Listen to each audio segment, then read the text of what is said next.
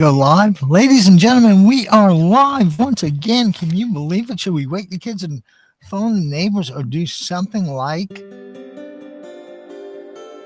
No, I don't think we'll do that. Anyway, how's everybody doing on Tuesday, June 2nd, Election Day? Happy Election Day, everybody. Would like to thank everybody I know and everybody that's watching and listening is early voted. And if not, I hope you enjoy the voting booth experience. I kind of miss it personally. But anyway, there's a certain excitement in the air, at least out here. And as you know, we've got some really incredible races going on. Like the big one, of course, is who's going to succeed Gavin Newsom. And while we are not sure, I want to do one last time before the polls close. I want to play this little clip from Ada Briseno, and I'm playing this to remind everybody of what we're up against and the lengths that the Republicans, how about that? Democrats, well, you're the Republicans. How about that? Anyway, I want Ada to tell you what she's going through running for state assembly from District 67. And I'll tell you just real quick about Ada. She came to California with her parents as refugees from Nicaragua. Eventually, Ada gets a job at a hotel, organizes the workers at the hotel, forms the union, becomes president of the union, and at some point she's chair of the Democratic Party of Orange County. I mean, Ada is just an American success story, and it just kills me when people try to take her out of politics by using smear tactics. And like I said, let me play this from Ada. Why are pro-Trump billionaires spending a fortune lying about Ada Briseno? Because they're afraid of her. Bernie Sanders calls Ada a warrior who stood up to corporate interests and delivered real change for working men and women.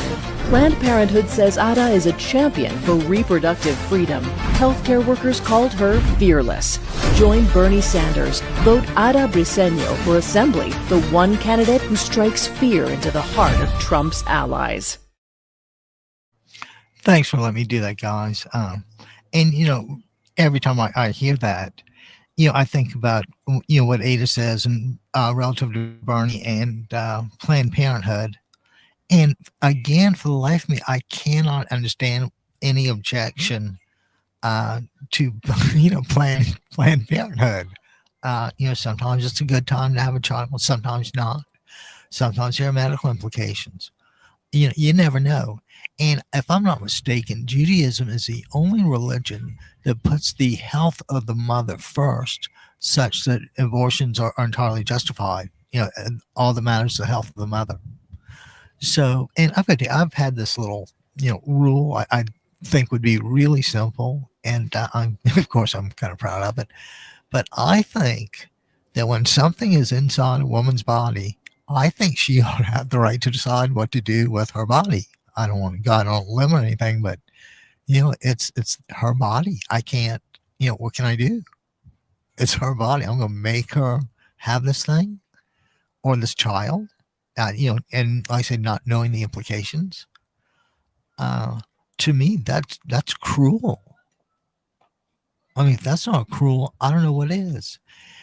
But for some reason, these sort of, I think I know, but you have these moralistic notions that come out of having an uneducated clergy, interpreting, the Bible. And if I'm not mistaken, the Catholics kind of been doing that for a while, and they have like educated people.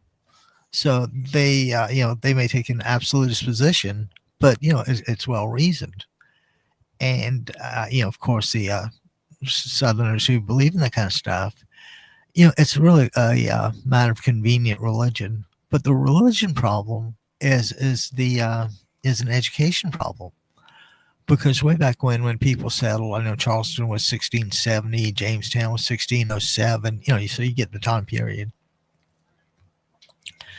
And, as people landed, if they had money, they stayed pretty close to, Charleston or, just a port city, because port cities meant commerce. And that meant businesses and cities and opportunities. And, it's not unlike it is today. So what happens is if you don't have money or didn't have money or just dirt poor, whatever, for whatever reason, you couldn't stay on the coast. So you migrated inland and kind of like, what would that be, northwest in South Carolina, like to the mountains, to where things were cheap and people were, kind of living off the land and where money didn't matter so much, which was a necessity because they didn't have any money. Uh, so you've got these isolated southern communities, and like I say, they're all over. I mean, from Appalachian, West Virginia to the hills of South Carolina, North Carolina, Georgia. The former, proud anti-civil rights states like Alabama and Mississippi, and Louisiana too.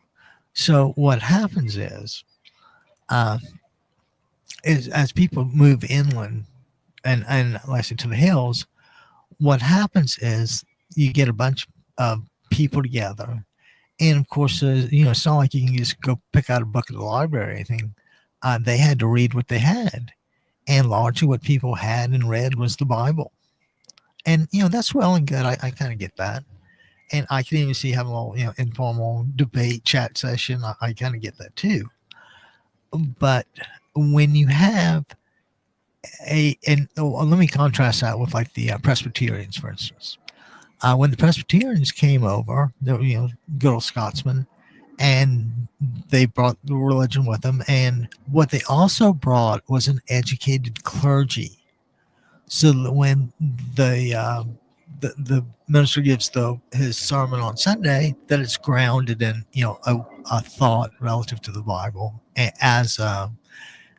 they would have sources of authority they would cite. So anyway, you've got in the Presbyterians, you would have a relatively educated clergy, no matter where, but primarily along the coast. But as you get further and further inland, there's no educated clergy. So you have uneducated clergy interpreting what's supposedly the Word of God. Now, if you got a supposedly uneducated clergy interpreting the Word of God, what did Jeremy Clarkson used to say? What could go wrong? Well, it's these notions of these strict beliefs. And I got to hear one of my favorite is I forgot who these guys were exactly. I think they might have some roots in the Midwest. But anyway, they're these people that handle snakes, poisonous snakes. And the minister, the preacher, whatever you call him, will call, Brother Bob up there. And Brother Bob, I hand you the snake in the name of the Lord. And Bob is like, okay. So he takes the snake. And would you believe it was a rattlesnake, of course. And the rattlesnake bit him. And, Bubba died. And the reasoning behind this is fascinating. That if he had the true spirit of God in him, that he wouldn't have died. That the rattlesnake would not have bit him, or if it bit him, he wouldn't have died. But his faith was not strong enough to overcome the rattlesnake. And, the other guy's probably been doing it 100 times. No rattlesnake's ever bitten him. And, he's proof, right? Well, not necessarily. He's proof that he may not have gotten bitten, but he's not proof that you ain't going to get bitten. So anyway, so you get these real strict communities that have God knows what kind of interpretations. But they are, and there's no more force more powerful than when people do things in the name of religion or in the name of their God or whatever they happen to choose. That whole holy war and the just war. I think we can put those notions to rest. I think Pope Leo was just about right about that. I think if you're about to get attacked, I don't have a problem with preemption. I don't have a problem with self-defense. What I do have a problem with was Iran not long ago killing 5,000 of its own people, at least for protesting. That, guys, I really do have a problem with. So anyway, and you see, it's the same deal there. Even though they are highly educated, it's rote. They just learn the same hatred over and over and over again. And the funny thing is, they'll actually cite each chapter and verse of the Quran. I've never, I told you guys I was on a spiritual journey a little while ago, and I actually went to the mosque to see what it was like. And, they seemed a little on the strict side. Uh, that's probably an understatement. Uh, but they have people there that can actually recite the Quran from beginning to end. Now, how they do this, I don't know, but it's not uncommon. But it's beyond the words. It's what do the words mean? Not really what were they intended to mean. What thought was what were they trying to get across? And of course, I can't trace the origin of the Bible to you. I can't imagine how many editions the thing has been through. I mean, you had to start it in Hebrew, then at some point Greek, Roman. You get the message, and each and these things were hand copied. Don't forget, this was like pre-Gutenberg. No printing press. And in Israel, the really really Orthodox Jews, still do a lot of things by hand, just because that's their connection. But anyway, the point is that if you have an uneducated blank leading uneducated blanks, then you've got a problem. Or sometimes the world's got a problem. You might think you're fine, but the world might have a little bit of an argument with you on that. So anyway, that is the importance of an educated clergy. That and it's like everything else, educated in the right way. You don't want to go to I tell you, I don't know if you guys ever knew this, but years ago you could send off. It was like $35 to some church somewhere, and they would send you back a certificate that you were an ordained minister. And one of my old sailing buddies was, enjoyed a drinky winky every now and then, and so his name was Jervy, and so he gets the $35 certificate, and he's the Right Reverend Jervy blank. I don't want to say his last name. So, like I said, there's interpretations and there's interpretations. But Jerv, if you're around, old pal, I'd love to have a rum and tonic with you. So let me know if you ever get out this way. Okay. Meanwhile, back at the ranch, elections. And of course, we've still got the current events part that kind of makes my day. But of course, the big one here is who's going to make the runoffs for the November general election to succeed Gavin Newsom. And there are people that just hate the guy, and all things considered. And when they all hate Gavin Newsom, it's like they're letting the perfect be the enemy of the good. Sometimes that last 10% just costs you astronomically. And I think Gavin's done a really good job of keeping the wheels on the train and the train on the track. These are challenging times. And he's the only real Democrat I've seen defend Democrats and go up against Trump. I mean, I want somebody I can believe more or less, and somebody that fights. So anyway, I've enjoyed having Gavin Newsom as governor. I actually hope I'm kind of a Newsom 2028 guy at this point. Like I said, there's no one else who's doing what he's doing or that's capable of doing what he's doing. You guys have seen the meme, clapbacks and the trolling and all that.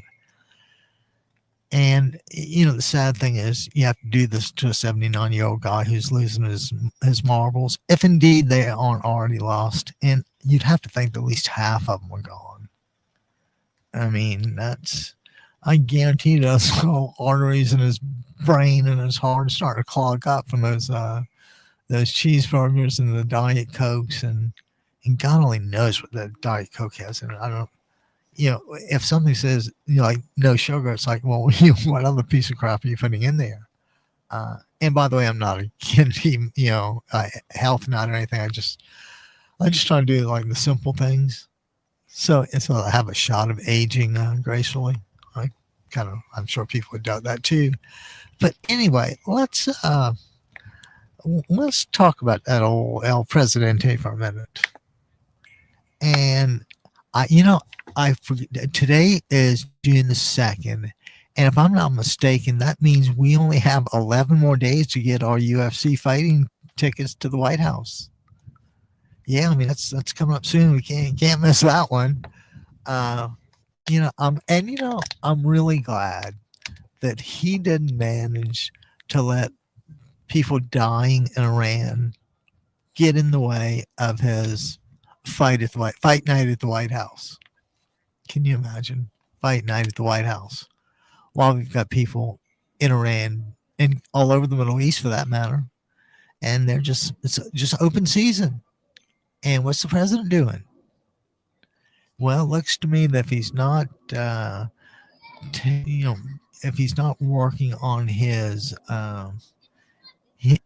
Ultimate Fighting Championship night, then he's probably working on some 250th American birthday tribute to himself, or he could be caught up in that whole, security ballroom East Wing demolition problem. Or let's see what else could he. Oh, and let's not forget he got $400 of that for his friends, and that's like, oh, I think the taxpayers ought to pay for that now. I mean, it's just theft. It's just theft. Or let's see what else could he be concerning himself with? The ballroom, the arch, or the Arc de Triomphe, or is he concerned about where can he put his name now that they have to take it off the Kennedy Center? I mean, the guy's just a lunatic, and there's, and the good news is, politics is sometimes the art of who needs who more. And early on, every Republican congressman needed Trump, right? You guys saw what happened in the primaries without his endorsement. The people lost.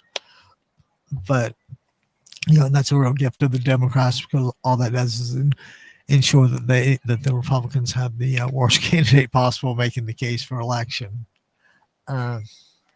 So yeah, he's I just don't. I'm really glad to see he's taken such a lighthearted approach to Americans dying. It's not funny, Donald. I mean, you didn't have to do this. You own this. You are responsible. Have you ever heard that before? You are responsible. Well, Don, I hate to tell you, but you are absolutely, or like my friend Scott Adams would say, abso-damn-lutely 100%, because I know my percentages, 100% possible, 100% responsible for this. Not 99%, not 98. It ain't even 50-50. You are 100% responsible. You're 100% responsible for Americans paying, $40 billion more in gasoline. You are responsible for cutting people's food benefits. You are responsible for throwing people off the healthcare rolls. You are responsible for not continuing to subsidize health insurance payments for those who need it. In kind of a nutshell, those things just strike me as being extreme. Like, I don't think Jesus ever taught anything like that.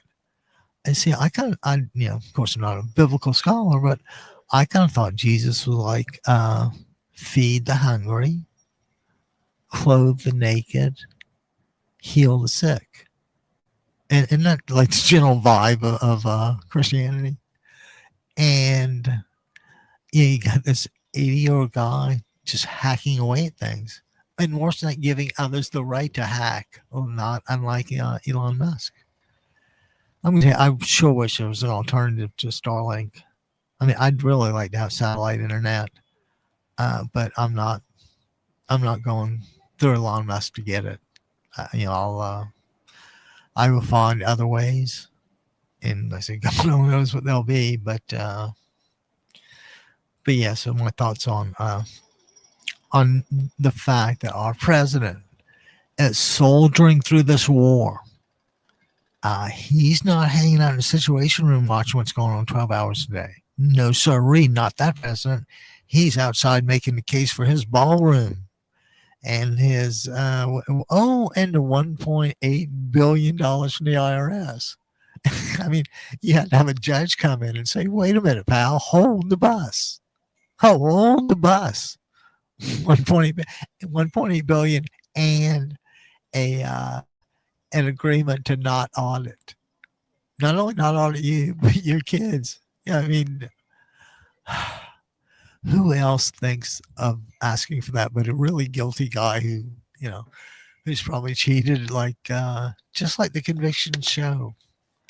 And guys, and another thing, as as I think about Trump's, utter incompetence and absolute responsibility for what's going on, there's I'm really glad he's bringing January 6th back up. I think people are really, if there's any doubt about that, and I know there is. A matter of fact, I tell a story every now and then of I ran into one of the old guys from my old gym, and they were like, election deniers and all this. And Gary came over and says, Norman, how are you? I'm like, great. And he says, well, you ever come around to, believing about what I told you about the 2020 election? And I said, yeah, I know what you told me. And I said, but, I still got to ask you, did you see the videos? So, yeah. I said, those guys were patriots? Yeah. How do you know? It was staged. How do you know it was staged? I know it was staged. And so I'm like, yeah, I got to tell you. And, you guys had 60 opportunities not to prove your case, but just to bring up some evidence to go forward. You guys had 60 tries, and you're like 0 for 60. Okay, 0 for 60. Think about that. 0 for 60. I'll repeat that one more time, Gary. 0 for 60. And if you believe something other than that, then I think you're delusional. I said that's not being in touch with reality. But before I go, I also think that makes you a delusional dumbass, because you guys, there's evidence to support the conclusion that it was a clean election. And your position is that the earth is flat and that the earth is round people are wrong. And I said, in that case, that makes you a delusional dumbass, right? I mean, you're deluding yourself into thinking something else other than what happened. And then when confronted with, rock solid evidence, you go, I don't care. And I think we all know those guys are wired just differently in some ways. And that demonstrates it. But anyway, and you see how I always bring this back down to the election. If you got a thought about that, give us a call, 949-629-3820. And what do you think of Gavin? Did he do okay? Do you blame him for everything? Do you blame him for the world's ills? And that's another thing. People who blame Gavin Newsom if they got a hangnail or a splinter from a piece of lumber at Home Depot. But Trump is never at fault. I mean, you look at the disasters around the world, and I'll count them out to you later. And, the hypocrisy is just, I'm sure they're going to have psychiatric books written about this. They probably already have been, but there ought to be a damn boatload of them coming out soon. Okay, you can tell I get excited around election time. I mean, this is where you get to see if your basic groundwork did the job. There are a couple of women running for Costa Mesa City Council, and I'm hoping that Kara Stewart and Kelly Brown, I like in districts. I think Kara is District 3 in Costa Mesa, and Kelly is District 5 in Costa Mesa City Council. I'd really like to see those two get in.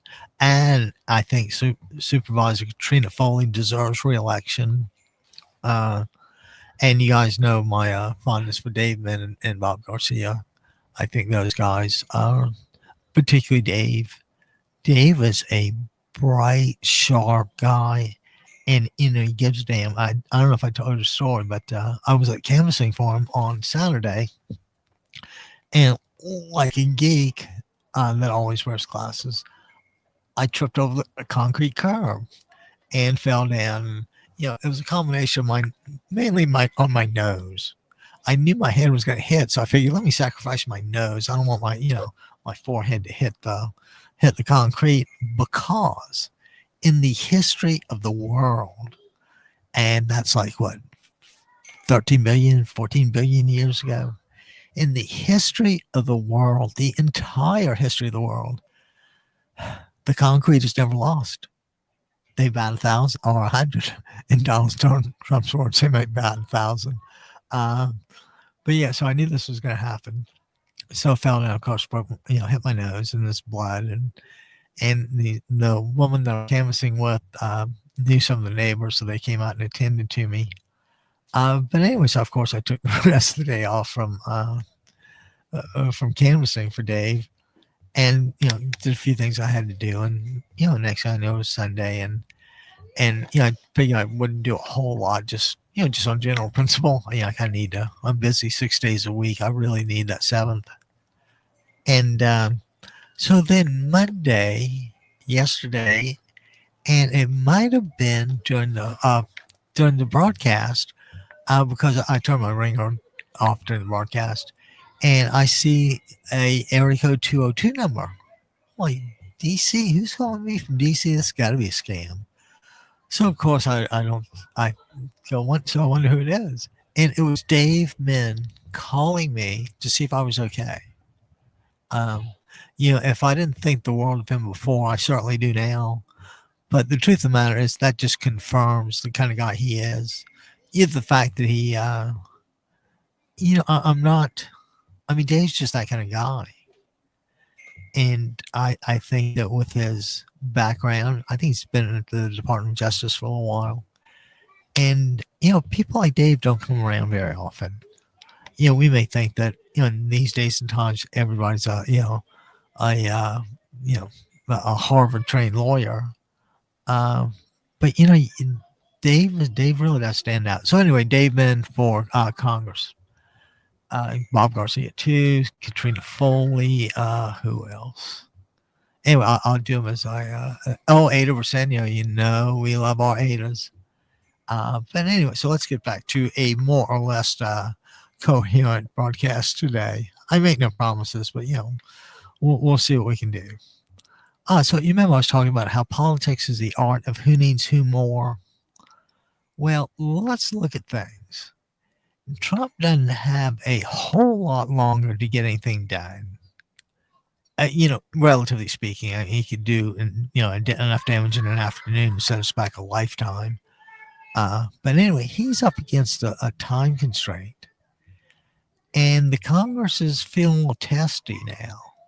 They might be getting to feel they don't quite need Uncle Donald as much as they thought they needed him, and even if they do need him, he's not worth the price.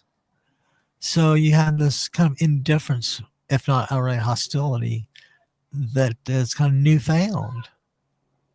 It used to be the Republicans couldn't criticize Trump at all.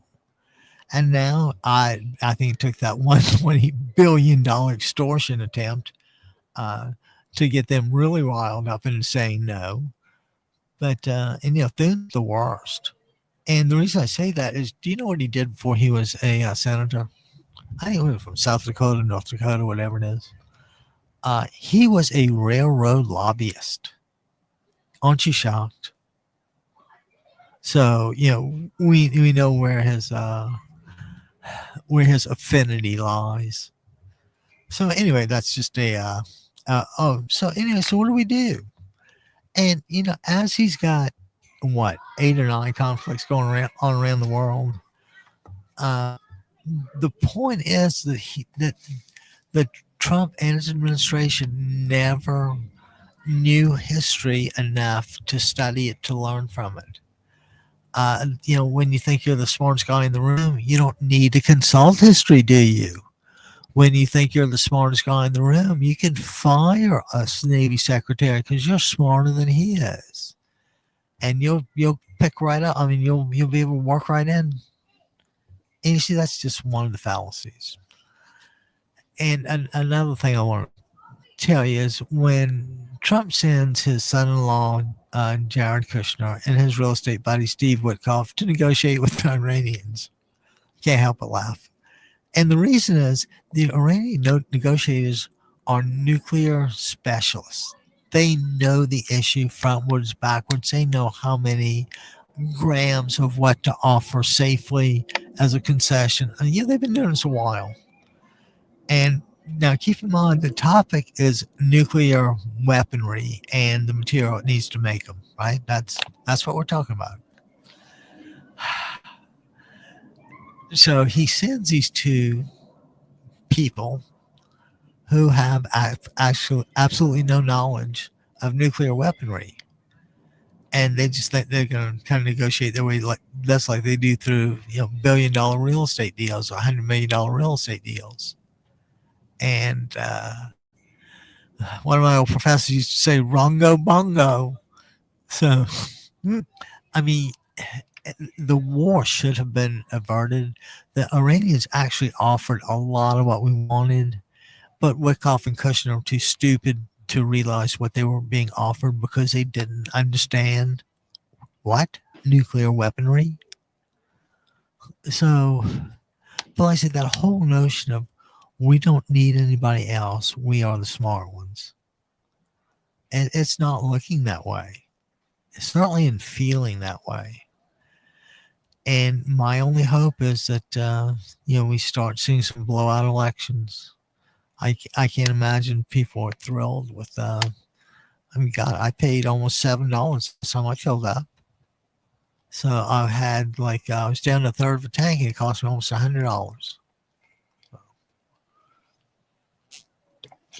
And excuse me, and the truth of the matter is, I'm grateful that I can pay for it.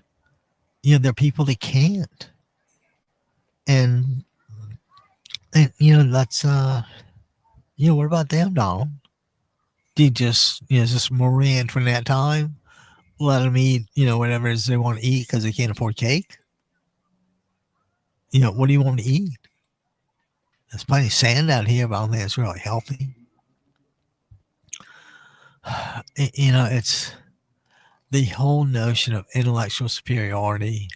Now, I'll be the first one to tell you, I think Elon Musk is an evil genius. I mean, he's the modern day equivalent of Thomas Edison with his inventions. But I'll be damned if I can spend $1 with him or a nickel. So anyway, we're in this kind of interesting stalemate where Trump's not moving and the Congress isn't moving, and you've got all these other parts of the world that are spinning out of control, or I should say, burning to the ground. Why? Because Trump firebombed them. He literally let the match and threw the Molotov cocktail. And it's I'm sure it didn't start here, but the when he sent the guys down to Venezuela to get Nicolas Maduro. I mean, that was a great made for the movies kind of thing, and I get that. But see, there's a crucial lesson in that, and that's everything as an independent occurrence. Just because you succeeded in Venezuela does not mean you will succeed in Cuba, right? Each event is an independent occurrence. So each event is, like 50-50-ish. There's really no way to be sure without some sort of consultation. And wouldn't that be great? Donald Trump, I put the con in consultation. I kill me. We might have to make an effort to do something with that one. Okay. Oh, and this is really good. There was a article about how Lutnick runs the Department of Commerce like he ran Cantor Fitzgerald, like a bare knuckles, whatever it is. And Lutnick took over. Cantor Fitzgerald was a huge, worldwide bond trading force in the World Trade Center. And I forgot the guy's name. But anyway, I think it might have been Cantor himself. Died, he got sick maybe 30 years ago, and Lutnick was like in his early 30s. And Lutnick got picked to take over this major bond trading house. And, brokers aren't always nice, especially bond guys. Bond guys are the smartest guys in the room because the increments are so small, right? It's so important they measure it in basis points. Like a quarter of a percent, 0.25 would be the equivalent of 25 basis points. That's how much they keep control over they have to keep the numbers so tight and spread so low. So Lutnick is not, how can we put this? He didn't go to boarding school. How about that? At least I don't think so. He doesn't strike me as the, not Exeter. The Christ School in Bowie Creek, North Carolina, the Christ School. Anyway, that's a really nice Anglican boarding school, and I don't think Howard Lutnick went there. But I can tell you this, that the federal judges are getting really testy. Those guys have, when they granted a lifetime appointment, believe it, they take it seriously. They want to move cases through, and you don't lie to federal court. They're there for a very important reason, to dispense justice. Think about that. These people have the responsibility to render justice on behalf of the people of the United States of America, and these guys take it pretty seriously. And you can't lie to the court, you can't deceive the court. Attorneys are considered officers of the court. So the court has jurisdiction. The court can discipline attorneys just on the spur of the moment. But what's going on is that the Trump Department of Justice sends lawyers in and they lie. They make arguments that cannot be supported by the facts, cannot be supported by the evidence. And I'm going to tell you, it doesn't take very long for a federal judge to get really, upset. And lying to the court, lying to the body charged with dispensing justice on behalf of the people of the United States of California, that's a big deal. And you've got a weird situation, and then let's assume an administration lawyer gets cited for contempt. Well, if Trump just says spring him, you've got a guy who's not interested in seeing that the rules of society are followed. And when I say rules of society, I mean the laws of society. And the fact of the matter is, if it doesn't affect him, he just don't care. I wrote the other day that Trump has 3 priorities: Trump, Trump, and Trump. And, I think people appreciated the simplicity of that observation.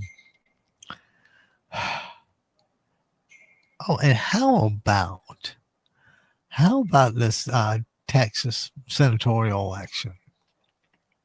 Ken Paxton and James Tallarico. You knew Trump was going to trick Paxton just because birds of a feather. How many criminal indictments this guy had? I think his own party tried to impeach him, and the reason they didn't get a vote of conviction or vote for the impeachment, or conviction of impeachment, is because his wife was also in the state senate, who cast the deciding vote to find him not guilty. I mean, it's good old boy dealing at its best. A little insider trading, some real estate deal. The, I mean, he was so crooked, his staff reported him.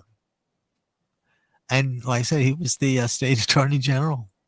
He's the one who took a lot of these pro women's rights arguments and just kind of ripped them to shreds. Um, he's just a carbon copy of Trump. So it had to be. There's just no way he could resist.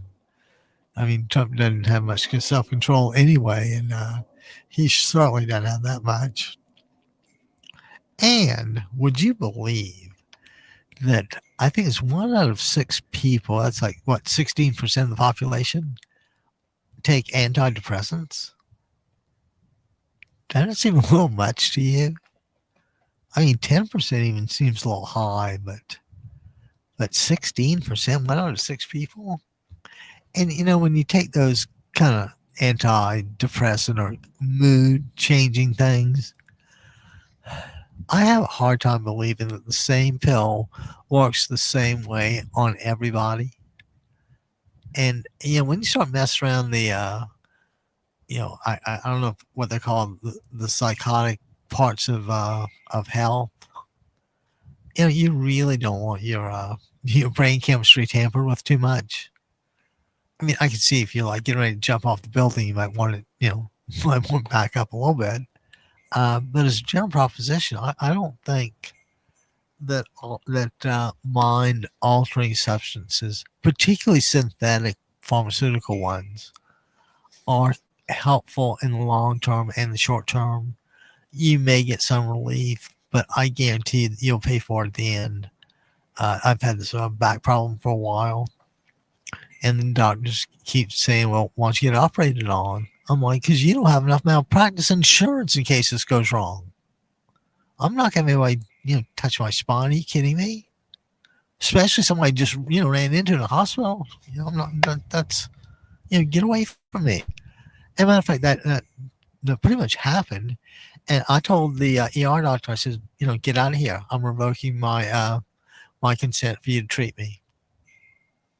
Get out now. And the guy had a seat and said, this never happened to me before. I said, take it outside, pal. Sometimes you just have to, do unto others, if you know what I mean. Well, I'm going to assume that I'll get a slide on that one. But anyway. Oh, and how about this?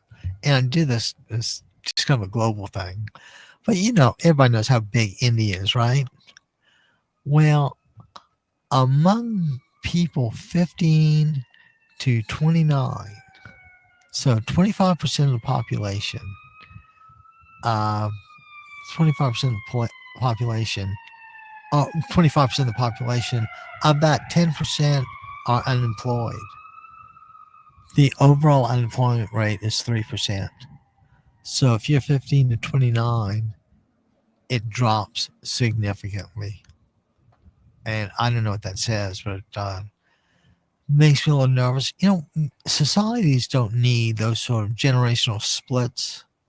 They offer peace and security to some degree, but at some point things get out of hand. And I'm wondering if we hadn't approached that now, where you have people whose net worths exceed that of developed nations. I think, what if Elon Musk is a trillionaire? What can you not control with $1 trillion? And, and if it appreciates, God only knows from there. So, and, SpaceX and the whole, that the way I see it is that is NASA. Whatever the government can some contract out to a buddy, they will. And deep down under all, Elon is for Trump and Trump is for Elon. Don't ever let that fool you. Oh, and then how about this? In Austria, 2 Syrians are being tried for war crimes. And I don't want to say much more than that. other than at least the notion is being kept alive. It's ironic that the notion of war crimes would be kept alive by a country who had some of the worst perpetrators of war crimes in the history of mankind. But I guess you take your wins where you can find them. Uh, so, and how about this? What were these guys? Yeah, what's his name? I forgot his name. Young Turk guy. Anyway, they wouldn't let these two broadcasters in from the states who had been openly critical of Israel. And at this point, there needs to be a distinction between anti-Israel and anti-Semitic. Israel is as a nation or a nation state, whatever you want to call it, and its population is mixed. They're Jews, Muslims, Christians, Greek Orthodox, and I'm sure there's Middle Eastern Orthodox. There's, lots of religious activity going on there in the state of Israel. Like I said, you can't confuse, it's easy to confuse the state of Israel with Jewish people, but it's not true. You can have Israeli Arabs, and there's probably some in the Knesset. So anyway, so these guys want to come to the UK, and Britain says no, you can't come in. Or maybe was it Dave Edmonds? I hear you knocking, but you can't come in. So yeah, and the reason was, or at least the ostensible reason was, that they had criticized Israel in the past. And I'm going to tell you something. I mean, I've done it. I just don't appreciate wanton death and destruction. Now, I understand what happens when an enemy embeds himself into the fabric of society. Like the enemy starts hanging out at a school, or I don't know, under a playground, or maybe at the local swimming center, aquatic center. But yeah, they denied him entry to the Great Britain, and those guys gave us the First Amendment. It didn't just happen overnight, So I wish people could be a little more nuanced in their position, but nuance is not something the Republicans do well. But yeah, that's just a really delicate issue, especially when you get a moron commander in chief who, when presented with evidence that our bomb hit a girls' school and killed 175 girls, I'll take a look at it. You worthless piece of shit, you. It's already been, the question's been asked and answered. Was it American? Yes, it was American. And no, it didn't come from one. They didn't sell it. We don't sell those kind of things to just anybody. It had our markings on it. I mean, just because reality doesn't conform with your dream, it's not. Reality can't be altered as much as you try. And I do it. I mean, you are relentless trying to rewrite the history of January 6th, but ultimately you'll fail. And the reason you'll fail is because you're too stupid to succeed.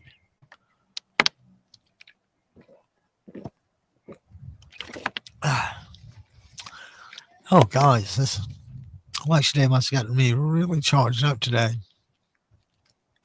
And in other news, we all know the 2025 wildfires around the world were hugely devastating. We know they're largely the result of climate change. And I think Trump's description of climate change is something like hoax. If Trump says something's a hoax, you can take it to the bank that it must be true.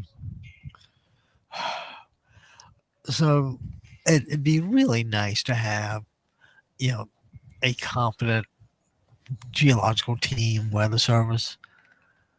I mean, truth of the matter is, you had no right to go in and fire all those people. especially someone being charged with the welfare of the country.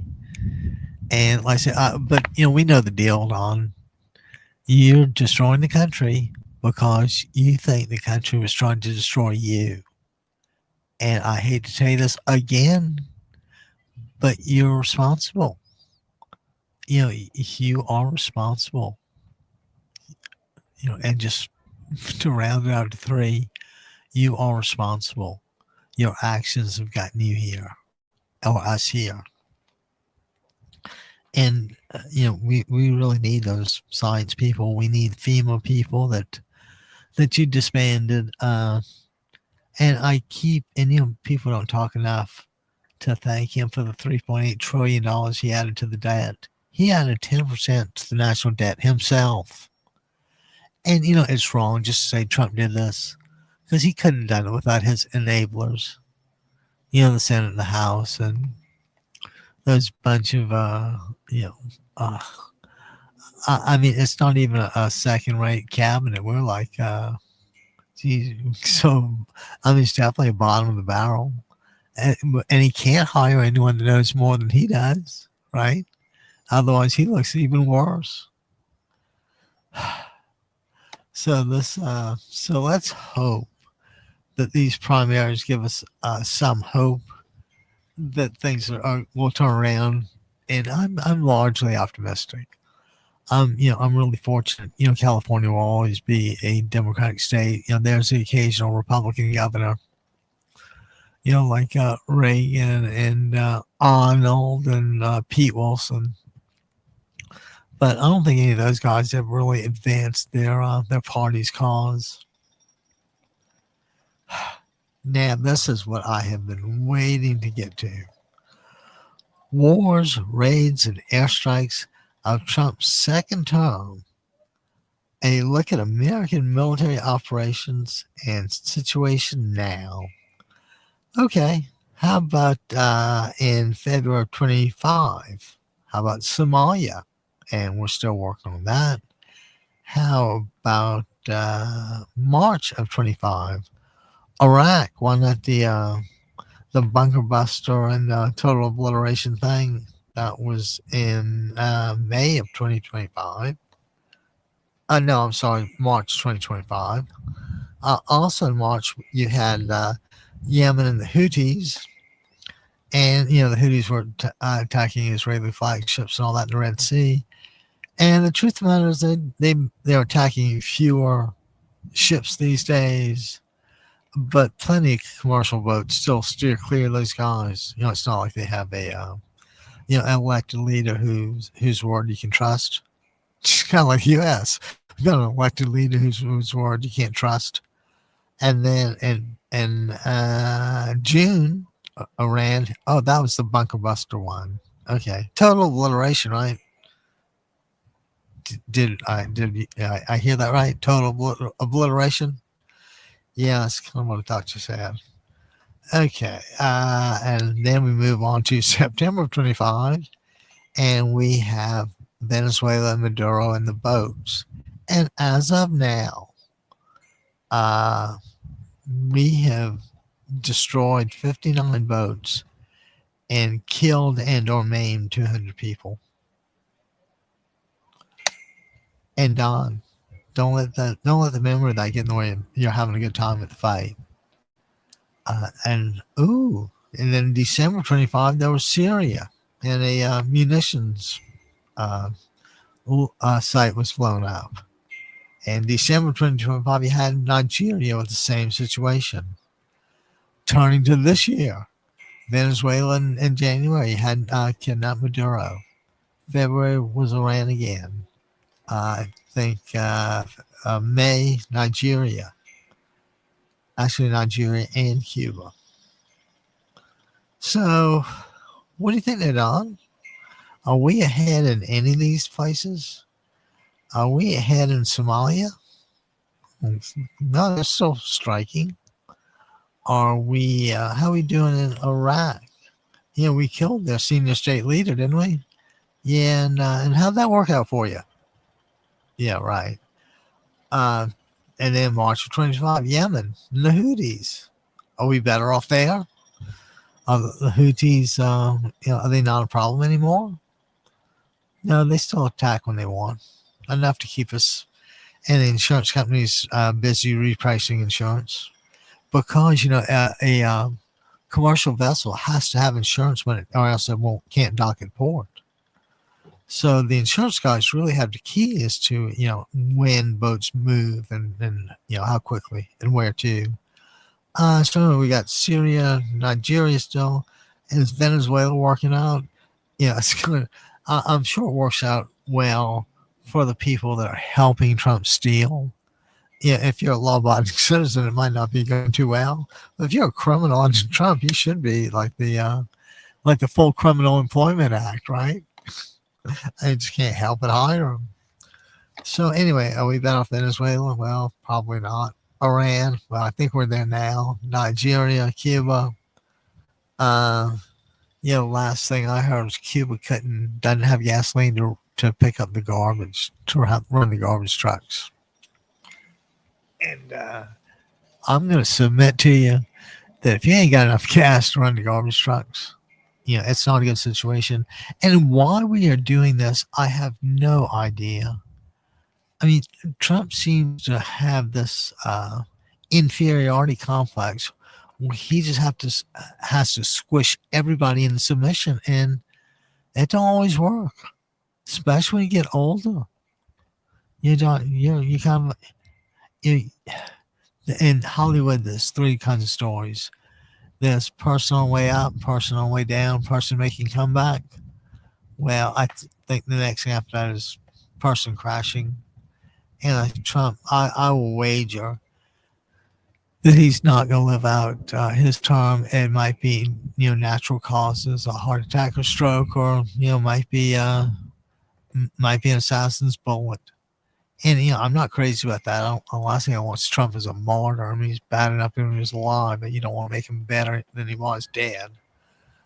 Anyway, and of course they made that was a really big article.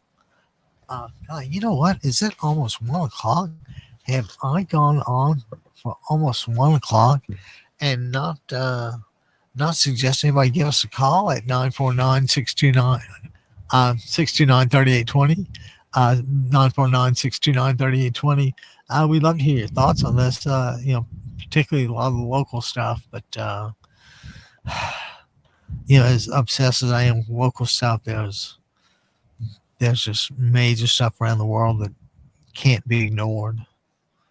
And, not least of which is because we messed it up. And, Pottery Barn was never one of those you broke it, you buy it places. But the analogy worked for Colin Powell. And I'm sure Trump won't have near that straightforward position on it. We can't just go around and blow countries to smithereens and not be responsible for blowing it out to smithereens. It's just an amazing time these days. Okay, and what else is going? So, how about and they've got interesting races all over. In Iowa, don't they have some Paralympic running and an Eagle Scout running? And let's talk for a minute about that. And running for office, I don't care if it's city council. I'll use city council as like the basic building block. Every other step, it costs more to campaign. Getting your name on the ballot's the least of it. But those yard signs have got to be like $50 a piece, and these people need tons of them because Costa Mesa is not a small place. Newport Beach is not a small place, and there are the appearances you have to make, and campaigning is a full-time experience. I'm going to tell you, Ada Briseno is so active campaigning, but Ada doesn't really campaign so much as she just offers to help. I mean, she's the first one to accept somebody's endorsement, but she's also the first one to give help when somebody needs it, even with or without asking. So how does somebody like Ada compete, at the next level, which would either be state senate or U.S. Congress? The money goes, the necessity goes up a little each time, and we know who the moneyed interest are in these elections. So so just so much stuff to keep track of. Um, and I'm so curious about the and back to California for just a second. The three Democrats in the race are Xavier Becerra, Tom Steyer, and Katie Porter. And it was funny. I can make a case for each one of them. I think you can make a case for Becerra, and because he knows the system. I mean, he's been cabinet level official, and if you need things done, he's probably a really decent guy who knows the levers of government to pull. Tom Steyer. I'm usually, I'm rarely enthusiastic about a billionaire politician, and to be honest with you, I'm not super enthusiastic about Tom Steyer. He may have the ability to get things done, but anyway, I can make an argument for him that his campaign does hit all the right notes. That housing and affordability, that's everything, and the Clinton notion is the economy's stupid. Okay, and that brings up Katie Porter, and she's just number three. And I'm gonna tell you something. I like Katie Porter. I know she may have a strong personality, and she may not be the easiest boss in the world, but I'm not voting for a saint. I'm voting for someone to run the state of California. And there's no doubt in my mind that Katie Porter is as good as these guys, if not maybe better in her own way. So it was and of course in the primary you only get to pick one, and I don't mind telling you, it was I stewed about it for a while. Uh, like I said, the big thing would be let's make it through runoff. Let's get at least one Democrat in there, and the runoff too would be nice. But so the truth of the matter is, we just need to get one of these guys in the general, and one of them will be in the general. That's for sure. Okay, so this is my local thoughts. And like I say, at the extremes, you've got Jesse Lopez, and I want to say Assembly District 68 or so. And, Jesse Lopez gets it. She's, and she's a human that cares. And I'm going to tell you, in these days and times where people are feeling largely abandoned, that sort of friendship or kinship just counts for a lot. And I admire her. She's clearly not the biggest, baddest, most well-funded candidate, but I think she's the one that with the clearest vision of what's needed. And we'll see how many people agree with her, with her, yeah, with her and with me. Okay, moving right along. Oh, how about this? Do you think this is an opinion from the Times, New York Times again, and the title? I think this was David French. The fire of stupidity can't be contained. And and how do you put the fire out of stupidity? With education, right? So, in this, the fire of stupidity can't be erased, or can't be contained, rather. And I think David French's point was the same one I made earlier about not learning from history, not learning the mistakes of the past, so you can prevent them in the future. But again, you've got a guy who is the smartest guy, he's probably in the world, running the country. If you asked him, he'd be pretty much up there, wouldn't he? I mean, I can't imagine Trump being like lower than number one on anything. Can you? Um, so yeah, Matt, isn't that a great phrase? The fire of stupidity can't be contained, which is the same as saying that the fire of stupidity is raging out of control. And that's it on steroids, isn't it? That's the Trump administration on steroids. Uh, a fire of stupidity burning out of control. Yes, hopefully we'll pick up some seats in the House and Senate and show them what a little Democrat control can do. It's perfectly fine to hold criminals to account, and kind people recognize Trump's a criminal. It's not like he goes to any great lengths to hide this, right? Anyway, I wind up talking about Trump more than I ever intend to, but he's such a danger. I mean, this is like, I say a lot, and this is like being caught out in a storm and it's all hands on deck. I mean, you're scrambling to get everything down and secured, and you just go lock yourself down below and, and pray. That's kind of the sequence of events. And I think that's where we are now. I think this is definitely an all hands on deck alert. All hands on deck. Let's vote. Let's vote. Let's vote. And for those of you who still do it the old-fashioned way, give me a call. Let me know what that was like. What was the line like at the polls?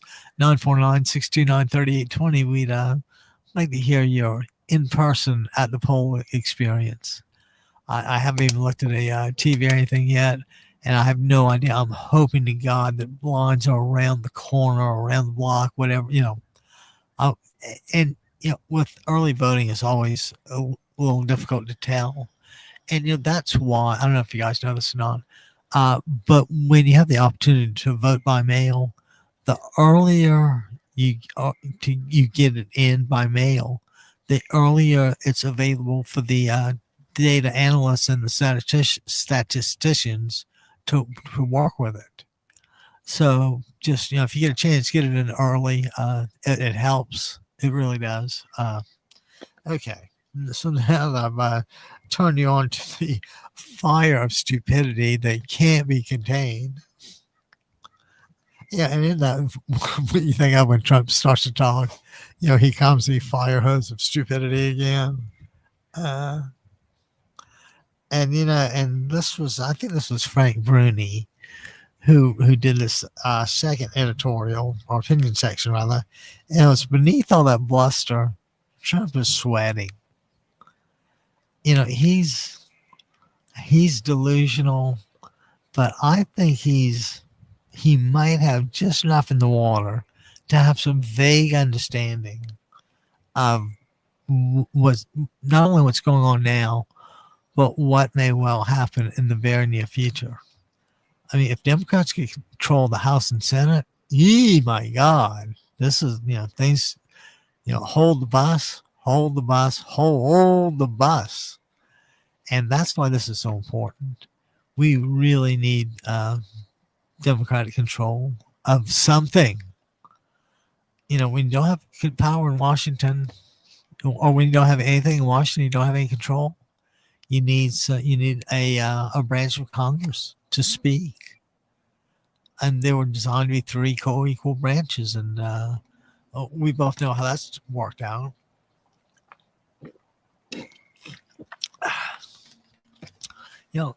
Everything works better without a lunatic, except for lunacy. Isn't that true? Lunacy is the only thing you can really count on with a lunatic. And they don't let you down. I'm really not into lunacy for a political candidate, but again, who asked me about it? Okay. Oh, oil prices. How about them apples? And, this from the business section was oil prices jump as Mideast tensions rise. I always look ahead at the business section to see what they have to say. But how about this? Anthropic files for an IPO with a valuation of $965 billion, almost $1 trillion for this IPO. I mean, that's just mind-boggling, isn't it? And it's not being traditionally underwritten or anything. Is I think Elon's just going to offer it, through the marketplace. People buy whatever they buy and pay whatever they want to pay. So, like I said, and you remember I talked earlier about how we're coming, or how we've arrived at a point where individuals have a net worth that can exceed the GDP of developed nations. And of course, if you do that, let's say you're worth $1 trillion, what can't you buy? What can't you control? I mean, those are just scary times. Deserve a brighter mind than me. But, like I said, from what I can tell, most things deserve a brighter mind than me. And guys, it is 1:10. So I want to thank everybody for hanging out with me for a little while. And let's see, give us a call, 949-629-3820, and share your thoughts on this really nice election day. I don't know if you guys know this or not, but California is not all, like blue skies and sunshine. It's gray a lot of the times. It's cold.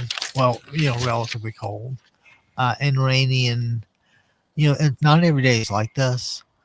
But when it is like this, I don't mind being outside and working in the hot sun for you guys. I mean, no sacrifice is too great for my listeners. And like I said, old Uncle Abby Kaufman here. And I said, and you know what else?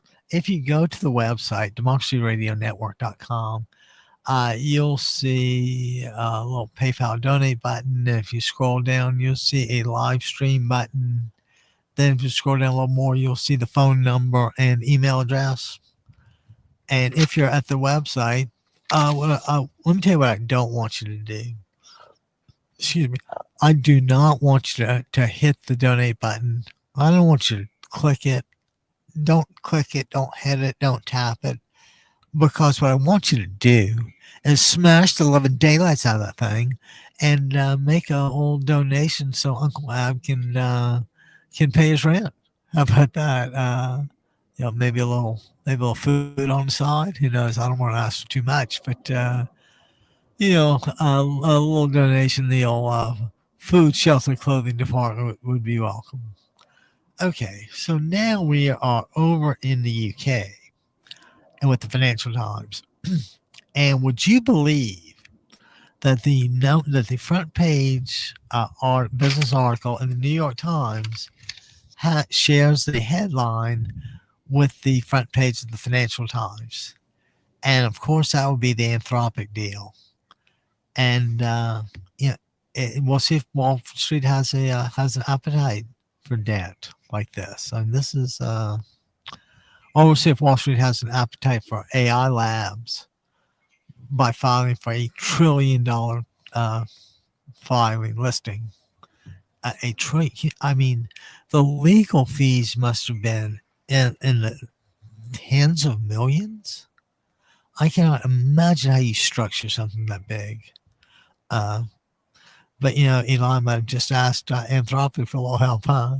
And I've used a few of these AIs, and I don't know about you guys, but I've always found Anthropic's Claude to be a cut above the others. I think it's superior to Gemini. I think it's superior to Chat GPT, and and just about everything else. I really like Anthropic and Claude. So if you're, and you know what else? Let's kind of not leave that AI thought for a second.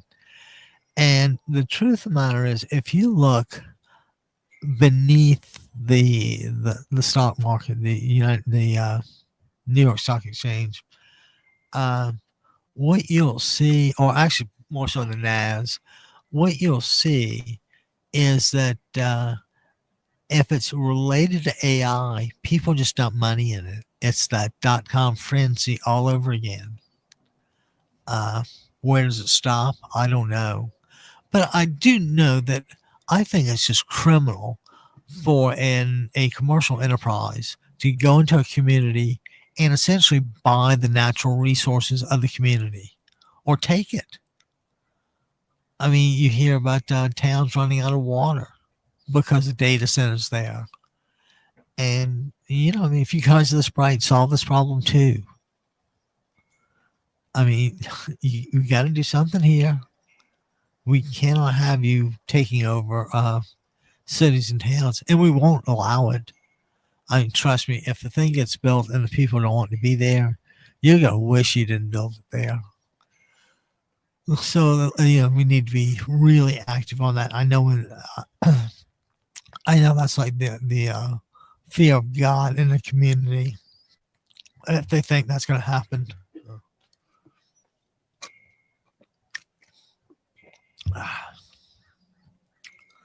guys, I must have been talking a lot lately. My voice is always starting to crack a little, but we'll keep plugging away. And and how about this? Thanks to Trump, Norway wants to see about getting into the EU. They didn't think it was a big deal before, but now they're seriously thinking about it. See, that one worthless POS has affected world leaders and economies, and not in a good way. And he wanted to force everybody into submission. Well, now we're the ones being forced to submit. And I ultimately think that was the real deal. Trump had no intention of doing anything to better the United States. He sees the states as an entity that wanted to ruin him and bankrupt him. So he's entitled to ruin and bankrupt the United States and its 340 million citizens. I don't think so. And it's that sort of dangerous thinking that doesn't get a pushback in the White House. And like, well, why doesn't he get a pushback? Because Trump doesn't. Because it's inconvenient. Even that Al Gore movie about an inconvenient truth about climate change. Well, this is another inconvenient truth, and he's just got to go. And I tell you what, until he goes, he's got to be minimized. And the only way you take away power from somebody in Washington is to get more votes. I mean, it's a real straightforward deal. Of course, the cheating makes it a little more interesting. And, the whole notion about if my guy wins, it's a great true election. And if your guy wins, you cheated. I mean, that's just so cynical and so corrosive that, well, actually, it's so sinister and so corrosive, you see what you've gotten from it. And I personally think that each and every Trump voter is responsible. And, when somebody says, oh, well, I did it reluctantly, I'm like, I don't think so. Did you pull the lever halfway down, quarter way down, 3/4? I mean, if you're iffy, that means you probably didn't get the whole thing. So, where did you stop? And, by this time I can tell they're, getting really pissed. And I'm like, well, you said you did it reluctantly. I didn't know if, to me, reluctantly is, is having second thoughts about things. But see, that's the problem. The truth is always inconvenient for those guys. And, it's an exaggeration of a Southern thing about not letting the truth get in the way of a good story. So you'd have to think that plays into a good bit. And how about old Barry Diller?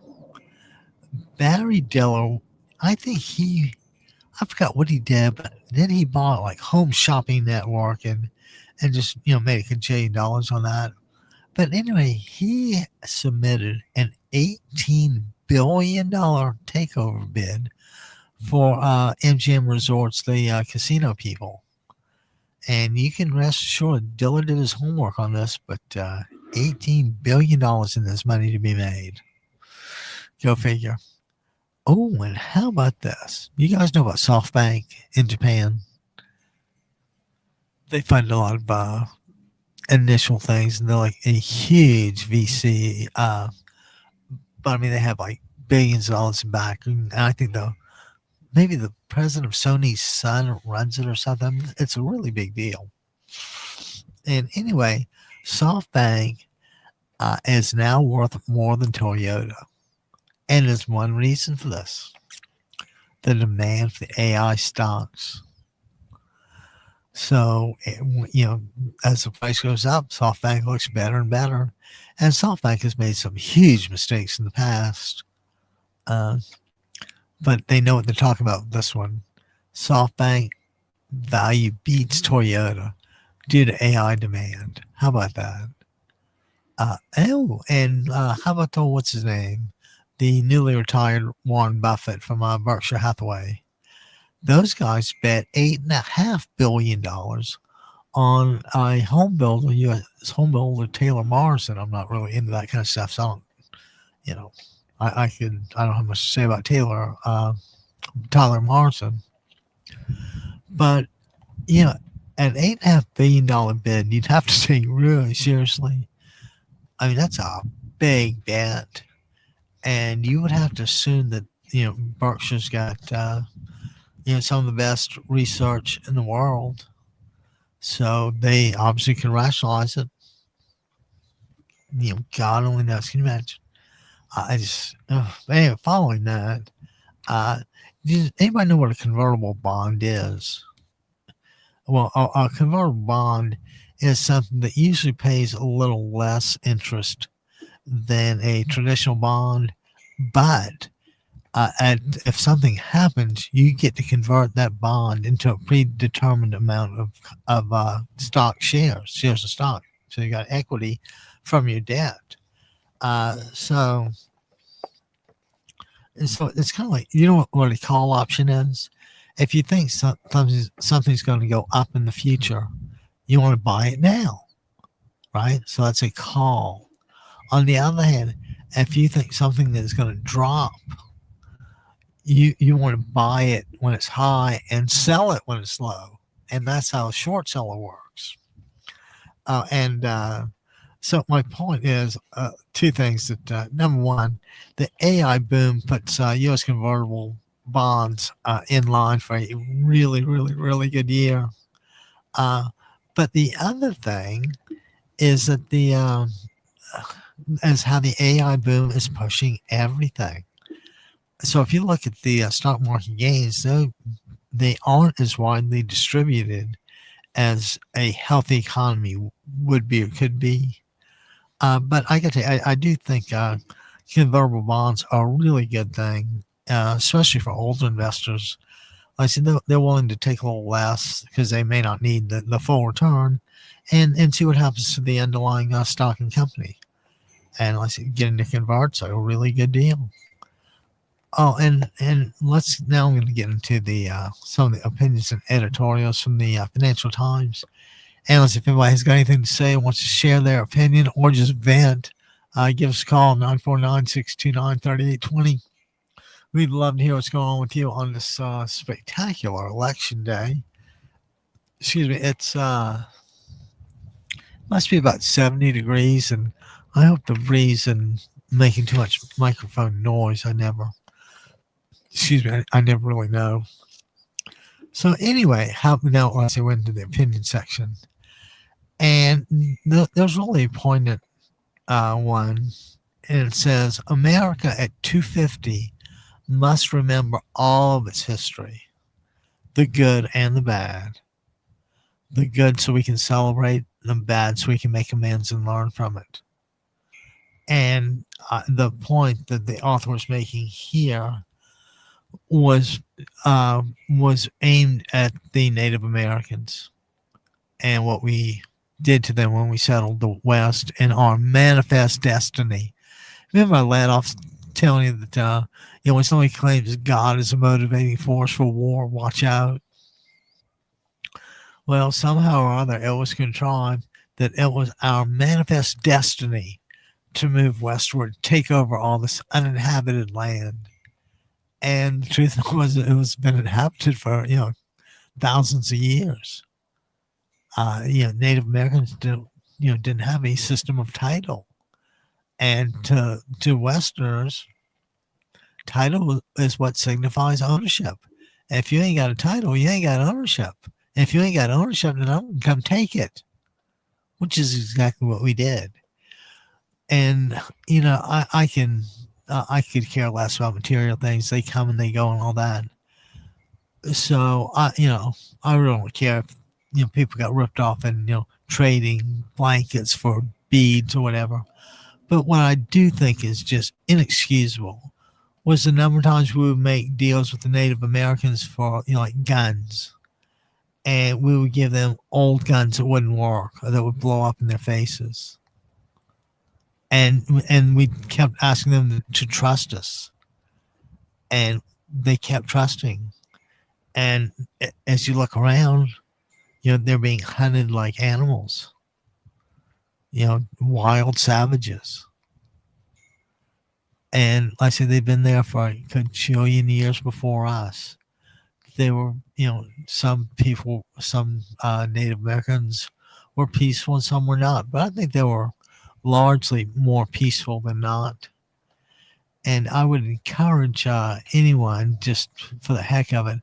James Michener wrote a book called Centennial, and it was about about settling the West in this little town in Colorado, and it highlights. It's a historical fiction novel, but it highlights the really just the really bad things we did and the horrible way we treated people, just because we had white skin. And I don't know if not everybody gets this, but I mean, you know, it's not uncommon to hear the term white privilege. And I mean, I get treated so much better than I know any given minority person would. It's not. It's just sad. And remember, above the Supreme Court, it says equal justice under law. Now, of course, they leave out the part equal justice under law if you have the right attorney, but the central concept is equal justice under law, not under a king, under law. And think of the word law and the word rule just as the same one. And I make this point a cajillion times.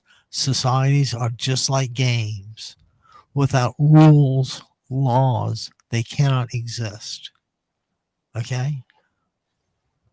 I mean, so if a civilization is to function civilly, people have to have an understanding of what's expected, what's off limits, and, all that stuff.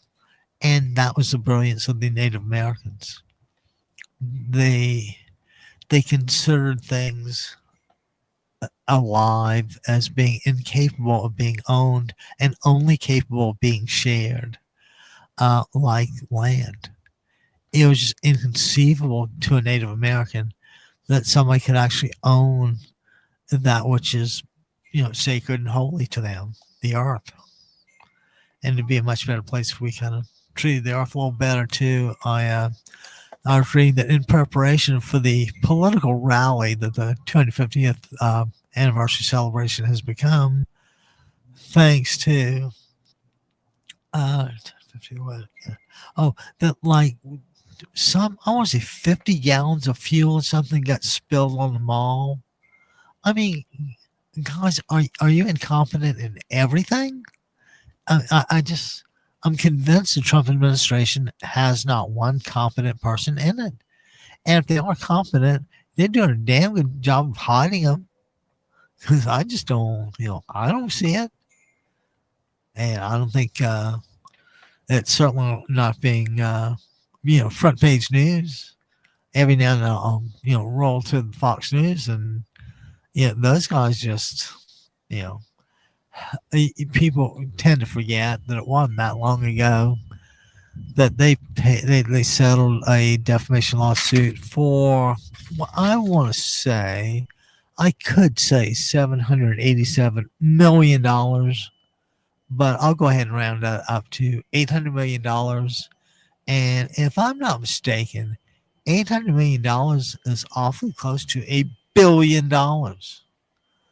So these guys paid to settle the case, paid the plaintiff $800,000, and they never changed their news standards. They lie on TV for money, and they pay the judgment because they got plenty left over. That's making a mockery of the states, and I don't think really appreciates that. But yeah, gas on the mall. I mean, you just you talk about the guy that couldn't hit the toilet if he's peeing in front of it. I mean, it's sad the way Trump deceived you guys. It's sad that you let yourselves be deceived by these guys. And look what we got now, or look what we have now. Uh, a big, huge, stinking, worldwide mess. And I'm happy to go around continent by continent, but I don't think things are like hunky dory any place that I can think of right now. And I want to wrap up with these last few things, and then we'll kind of have a general message. But Putin's been really lucky to survive this long with the casualty rate in Ukraine. And these guys are losing, a generation of kids. And then they had to import more cannon fodder from other countries. So, we both know it's going to be sooner rather than later. But of course, nobody knows how. But that's one.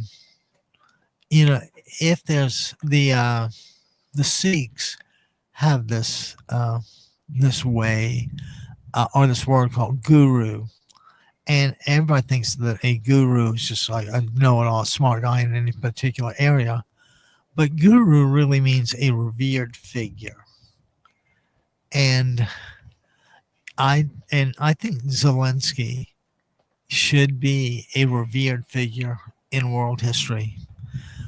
If Russia leaves Ukraine, and that will astound the history books for ages. It rewrote modern warfare, and even after being yelled at the White House and being thrown out of the White House, Zelensky offered his help to Trump and Vance. Is that not the height of decency meeting the height of indecency? We'll help you. You screwed us, but we'll help you. And they had to accept. Of course, it wasn't popular. It didn't. It wasn't front page news. But I want to kind of wrap up with kind of like an obvious statement, but it's the role of insurers in society. And it's the insurance companies that decide when boats can, or what boats do, because a boat cannot dock at a port. I should say ship or container ship, whatever, cannot dock at a port without insurance. And if there's instability in the Strait of Hormuz, then your insurance premium goes up. When there's open, territory and everybody was more or less copacetic, things were just fine. Things just flowed right through, and insurance premiums were low or relatively low. But now the insurance premium is too much, and the ship can't buy insurance and can't dock. Then you're just stuck at sea. I mean, it's not like they make exceptions for these things. And then let's take it a step further. A lot of times insurance determines whether someone can live in their house or not. After the wildfires out here, insurance premiums went through the roof if you could buy it. If you couldn't afford it, then you either did without or moved. And that's a nice little piece of change. Brentwood's a nice place, and you can't just lose property like that. Of course, the wildfires are going to have a major impact on the mayor's race in LA. And I hope the mayor, whoever it is, can address that problem, the home ownership insurance problem. I don't know if there's really anything to be done about the overall housing situation.